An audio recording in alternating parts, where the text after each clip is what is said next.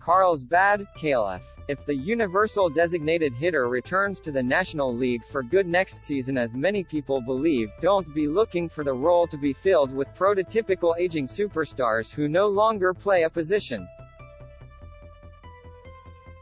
While some teams might need to do some adjusting to fill a DH roster spot, many other clubs will roll right into the new era using a number of players whose bats can stay in the lineup as a DH while they get a rest from playing the field. It's just that some general managers wouldn't mind knowing sooner rather than later as they begin putting together rosters for next season. With labor uncertainty looming, the universal DH likely will be one of the last items determined in a new collective bargaining agreement as part of a compromise between owners and the Players Association during negotiations. One of those GMs is Alex Anthopoulos of the World Series champion Atlanta Braves. The Braves acquired 4 outfielders in July after star outfielder Ronald Acuna Jr. suffered a season-ending knee injury. 3 of those players, Jock Peterson, Eddie Rosario and Series MVP Jorge Soler, are free agents, and the DH uncertainty might affect how many the Braves try to bring back or replace. We know that we have Adam Duvall and Acuna under control, so I would think we are likely to sign or trade for some type of outfielder. But I am not sure yet, I guess, Anthopoulos said. I think we're waiting to see how some things go. Is there going to be a DH or not? Things like that, I think we have to assume, like anything, like we did last year. Right now, we deal with it with the rules that we have. If the DH does come to the NL for good, it was used for the 2020 pandemic-shortened season. Teams believe there will be several ways to fill the position.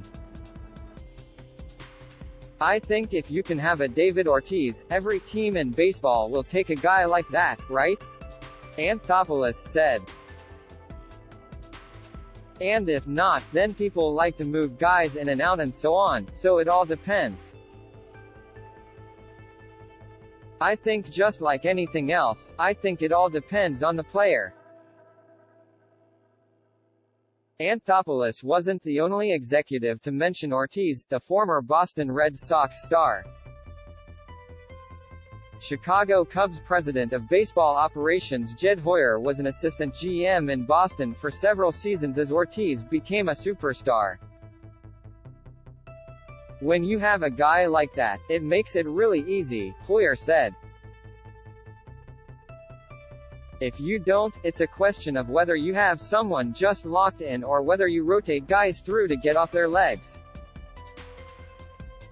Washington Nationals GM Mike Rizzo doesn't anticipate having to scramble if the universal DH is adopted.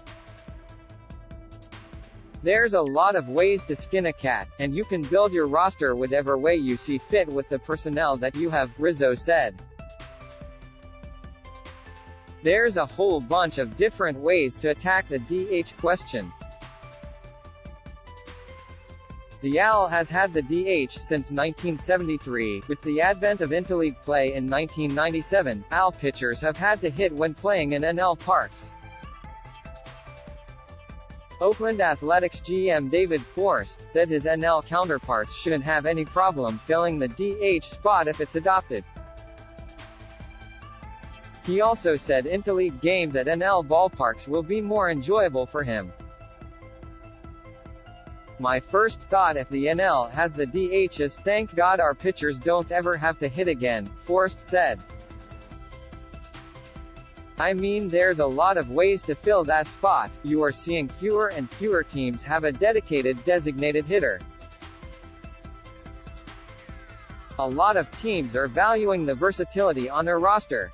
Although Houston has been in the AL since 2013, a universal DH might dampen manager Dusty Baker's enthusiasm during interleague play. Baker managed for 22 years in the NL before taking over the Astros in 2020. I have not seen Dusty Baker as happy as he was when he was managing in NL parks, Astros GM James Click said. Dusty really loves the National League game, and so from that perspective, if there's a universal DH I think he'll be fine, but he made no secret about the fact he was very excited to be managing in some National League parks last year.